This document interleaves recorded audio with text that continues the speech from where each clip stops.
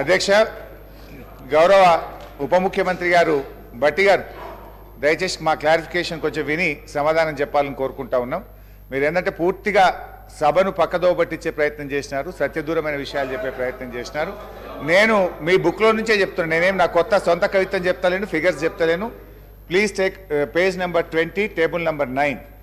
ఇప్పుడు ఇక్కడ ఇందులో మీరు ఏం చెప్పినారంటే కన్వీనియంట్గా 7 లక్షల కోట్ల రూపాయల అప్పులు ఉన్నాయని చెప్పి ఒక సత్యదూరమైనటువంటి విషయాన్ని చెప్పి ఇదంతా కూడా రాష్ట్ర ప్రభుత్వ అప్పుగా చెప్పే ప్రయత్నం చేసినారు.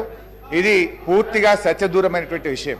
అయితే అధ్యక్ష, మీరు చదవండి, మీరు చెప్పిందే చదువుతున్నాను.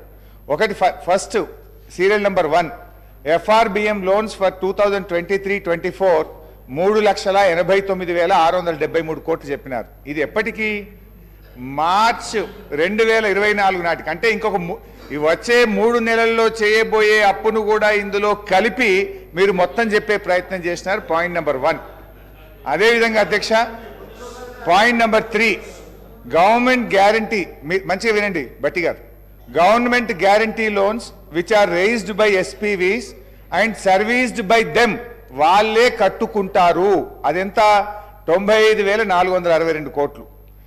Number 4 non guaranteed loans which are raised and serviced by SPV corporations institutions, ప్రభుత్వం గ్యారంటీ ఇవ్వలేదు, అవి వాళ్ళే కట్టుకుంటారని మీరే చెప్పినారు. ఆ రెండు కలిపితే 1,54,876 కోట్లు. అంటే ఈ 1,54,876 కోట్లు రాష్ట్ర ప్రభుత్వం కట్టదు, వాళ్ళే కడతారని మీరే మీ బుక్లోనే చెప్పారు. అంటే ఈ 6,71,757 తీసేస్తే నెట్గా ఉండేది 5,16,881. ఈ 5,16,881లో వచ్చే 3 నెలలు కూడా కలిపి మీరు FRBMలో లోన్లు పెట్టినారు. అది కూడా తీసేస్తే రమారమి ఉండేది కేవలం 5 లక్షల కోట్లు మాత్రమే. కానీ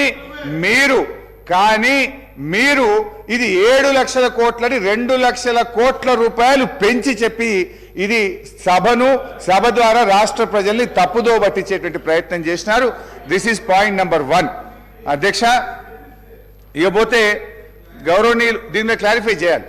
గౌరవనీయులు అధ్యక్ష, భట్టి గారు ఎంతసేపు మా మీద ఏం చేసిందని చెప్పే ప్రయత్నం చేస్తూ ఉన్నారు. అధ్యక్ష, ఈరోజు మీరు మీ ప్రజెంటేషన్లో మీరు పెట్టిన సంతోషం. మీరు రాష్ట్రం స్వంత ఆదాయ వనరుల్లో ఎట్లా వృద్ధి సాధించింది, 2014లో ఎంత ఉంది, 2023-24లో ఎంత ఉంది, దేశంలో మనం ఎక్కడున్నామని చెప్పుంటే మేము సంతోషపడే వాళ్ళం. ఇవాళ దేశంలోనే అత్యధికంగా స్వంత ఆదాయ వనరుల్లో వృద్ధి రేటు సాధించిన రాష్ట్రం తెలంగాణ రాష్ట్రం. పర్ క్యాపిటా ఇన్కమ్లో దేశంలో చిన్న రాష్ట్రాలు మినహాయిస్తే నంబర్ 1 స్థానంలో ఉన్నాం. అది పెరిగిన ఆస్తుల గురించి మీరు చెప్పే ప్రయత్నం చేయలేదు. అదేవిధంగా క్యాపిటల్ ఎక్స్పెండిచర్, ఎంత పెద్ద ఎత్తున క్యాపిటల్ ఎక్స్పెండిచర్ చేసినాం చెప్పే విలువ చేయలేదు. అదేవిధంగా ఆస్తుల విలువ కల్పించిన ఆస్తుల విలువను మీరు చెప్పే ప్రయత్నం చేయలేదు. అదేవిధంగా పెరిగిన GSDPని కూడా మీరు ఎక్కడ కూడా చూపించే ప్రయత్నం చేయలేదు. డెట్ టు GSDP చూపించారు, కానీ ఇతర రాష్ట్రాలతో కలిపి చూపించినప్పుడు దేశంలో మనకంటే 22 రాష్ట్రాలు అప్పులు ఎక్కువగా తీసుకున్నటువంటి విషయాన్ని మీరు దాచిపెట్టేటువంటి ప్రయత్నం చేసినారు. పెరిగిన పంటల ఉత్పత్తి కానీ, ప్రజలకు కలిగిన వసతులను కానీ దీన్ని ఎక్కడ కూడా మీరు చెప్పేటువంటి ప్రయత్నం చేయలేదు. మీరు ఏం చేసిండ్రని మాట్లాడుతూ ఉన్నారు. అధ్యక్ష, ఈరోజు రాష్ట్రంలో 47 లక్షల మంది వృద్ధులకు, వితంతువులకు ప్రతి నెల 2,000 రూపాయలు ఆసరా పెన్షన్ ఇచ్చి వారిని మేము కాపాడే ప్రయత్నం చేసినాం. 69 లక్షల మంది రైతులకు 72,000 కోట్ల రూపాయలు రైతు బంధును మేము ఇచ్చాం. 13,50,000 పేదింటి ఆడపిల్లల పెళ్లిలకు కళ్యాణ లక్ష్మి మేము సహాయం అందించాం. రాష్ట్రంలో ఆసుపత్రులు బాగు చేశాం. 50,000 కోట్ల రూపాయలు రైతులకు ఉచిత విద్యుత్ ఇచ్చే ప్రయత్నం చేసినాం. ఇలా చెప్పాలంటే చాలా విషయాలున్నాయి అధ్యక్ష. అయితే క్లారిఫికేషన్ అడుగుతాను అధ్యక్ష.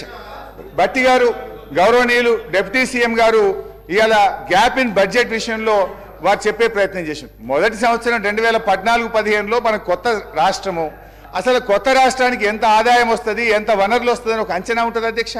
డెఫినెట్గా మొదటి ఇయర్ గ్యాప్ ఉండడం అనేది అత్యంత సహజమైనటువంటిది. 2016-17లో 93% రీచ్ అయినాం, 2019-20లో 97% రీచ్ అయినాం. తర్వాత కరోనా వచ్చి పెద్ద నోట్ల రద్దు వల్ల ఆర్థిక మాంద్యం ఏర్పడి కేంద్ర ప్రభుత్వం యొక్క సహాయ నిరాకరణ వల్ల తదుపరి కొద్ది సంవత్సరాల్లో గ్యాప్ ఉండొచ్చు కానీ అదేదో ఒక తప్పుగా వారు చూపించేటువంటి ప్రయత్నం చేస్తా ఉన్నారు అధ్యక్ష ఇంకో విషయం వారు కేంద్ర ప్రభుత్వ సంస్థలు అవి రాష్ట్రానికి ఏం సంబంధం అధ్యక్ష కేంద్ర ప్రభుత్వం నిధులు పెట్టి కేంద్ర ప్రభుత్వం కట్టిన దాన్ని కూడా మేమేదో ఉమ్మడి రాష్ట్రంలో రాష్ట్ర ప్రభుత్వ నిధుల చేత దాన్ని చేసినామని చూపించేటువంటి ప్రయత్నం చేసినారు విచ్ ఈస్ టోటల్లీ ఇన్కరెక్ట్ అధ్యక్ష వారు ఇంకోటి అన్నారు మిడ్ మానేర్ ఇవాళ మిడ్ మానేర్ మీరు సగంలో వదిలిపెట్టిన మిడ్ మానేర్ అయినా ఎల్లంపల్లి అయినా దేవాదులైనా నెట్టంపాడైనా కల్వకుర్తి అయినా ఇవాళ తుమ్మిళ్ళ కానీ ఇవాళ భక్త రామదాస్ కానీ ఇవన్నీ మేము పూర్తి చేసి ఇవాళ రైతులకు నీళ్ళు ఇచ్చినటువంటి విషయాన్ని మీరు దాచిపెట్టేటువంటి ప్రయత్నం చేస్తా ఉన్నారు అధ్యక్ష అదేవిధంగా ఈరోజు ఓడీ విషయంలో కూడా గౌరవనీయులు ఉప ముఖ్యమంత్రి గారు మాట్లాడారు అధ్యక్ష ఓడీ అనేది ఏమన్నా నేరమా అధ్యక్ష it is the facility given by the RBI రాష్ట్రాలకు తమ అవసరాలకు ఉపయోగించుకోవడానికి ఇవాళ ఆర్బీఐ ఇచ్చినటువంటి ఫెసిలిటీని మనం ఉపయోగించుకున్నాం నేను అడుగుతా ఉన్న బట్టి గారిని ఈ సభకు మీరు హామీ ఇస్తారా మేము భవిష్యత్తులో ఈ ఓడీ వాడము ఈ ఫెసిలిటీ మేము వాడము వేస్ అండ్ మీన్స్ కు మేము డబ్బులు వాడము ఓడీలోకి రాష్ట్రం వెళ్ళదు అని చెప్పి మాకేమైనా ఈ సభ ద్వారా హామీ ఇస్తారా అని చెప్పి గౌరవనీయులు బట్టి విక్రమార్క అధ్యక్ష వారిని మాట్లాడుతూ వారిని చెప్తా ఉన్నారు అధ్యక్ష నేను ఒక బ్యాక్వర్డ్ తెలంగాణ రాష్ట్రంలో బలహీన వర్గాల శాఖ మంత్రిగా చెప్తా ఉన్నా గతంలో 2014 వరకు కాంగ్రెస్ ఉమ్మడి ప్రభుత్వంలో స్కాలర్షిప్ల పేమెంట్కు గ్రీన్ ఛానల్ పేమెంట్ అవుతుండే వీళ్ళు వచ్చినాక మెస్ ఛార్జీలకు పేమెంట్ ఇచ్చే పరిస్థితి లేదు అధ్యక్ష గ్రీన్ ఛానల్ మెస్ ఛార్జీలకు పేమెంట్ ఇవ్వకపోతే 18 నెలల కిరాయి లేదు అధ్యక్ష ఇప్పటి వరకు కిరాయి లేకపోతే కిరాయి బిల్డింగ్లు ఖాళీ చేసేటువంటి పరిస్థితి వచ్చింది అధ్యక్ష వీళ్ళు గురించి మాట్లాడుతారు దాని తర్వాత మా హుస్నాబాద్ నియోజకవర్గ గౌరవల్లి ప్రాజెక్టు మాట్లాడుతున్నారు అధ్యక్ష గౌరవల్లి ప్రాజెక్టుకు సంబంధించి కాంగ్రెస్ ప్రభుత్వంలో ఫౌండేషన్ వేస్తే అధ్యక్ష 2014 వరకు టన్నెల్తో పాటుగా బండి కంప్లీట్ చేస్తాం అధ్యక్ష కానీ ఇయర్ డిస్ట్రిబ్యూటర్ సిస్టమ్ లేదు అధ్యక్ష ఆనాడు ముఖ్యమంత్రి కేసీఆర్ గారు ఇక్కడ కూర్చోసుకొని కడతా అన్న ప్రాజెక్టు 10 సంవత్సరాల డిస్ట్రిబ్యూటర్ సిస్టమ్ లేదు అధ్యక్ష మొన్ననే గౌరవ మంత్రి గారు రివ్యూ చేసినారు మంత్రి తెలుసు వారికి తెలుసు దాని పైన పటారం లోటారో అని చెప్పినట్టుగా నేతి బీరకాయలు నెయ్యేతారో ప్రాజెక్టు వీళ్ళు చెప్తున్నటువంటి మాత్రం ప్రచారం మాత్రం ఆర్భాటం మొత్తం దేశం దాడుతుంది అడ్వర్టైజ్మెంట్లు వేరే రాష్ట్రాలకు పోతాయి ఇక్కడ జరుగుతున్నది ఇది బలహీన వర్గాల స్కాలర్షిప్లకు సంబంధించి వాళ్ళు ఇవ్వలేదు 2014 దాకా ఇచ్చిన మా ప్రభుత్వాన్ని కోరుతా ఉన్నా రేపొద్దున వెంటనే బలహీన వర్గాల శాఖకు సంబంధించినటువంటి విద్యార్థులందరికీ ఎస్సీ ఎస్టీ బీసీ స్టూడెంట్స్ అందరికీ కూడా గ్రీన్ ఛానల్ ఓపెన్ చేసి మెస్ ఛార్జీల బిల్ పేమెంట్ అనేది ఆపకుండా ఉండాలనేటువంటి అందరి తరఫున కూడా ప్రభుత్వాన్ని కూడా కోరుతున్నా వాళ్ళు ఇయ్యలేదనే మాట చెప్తా ఉన్నా డిప్యూటీ సీఎం గారు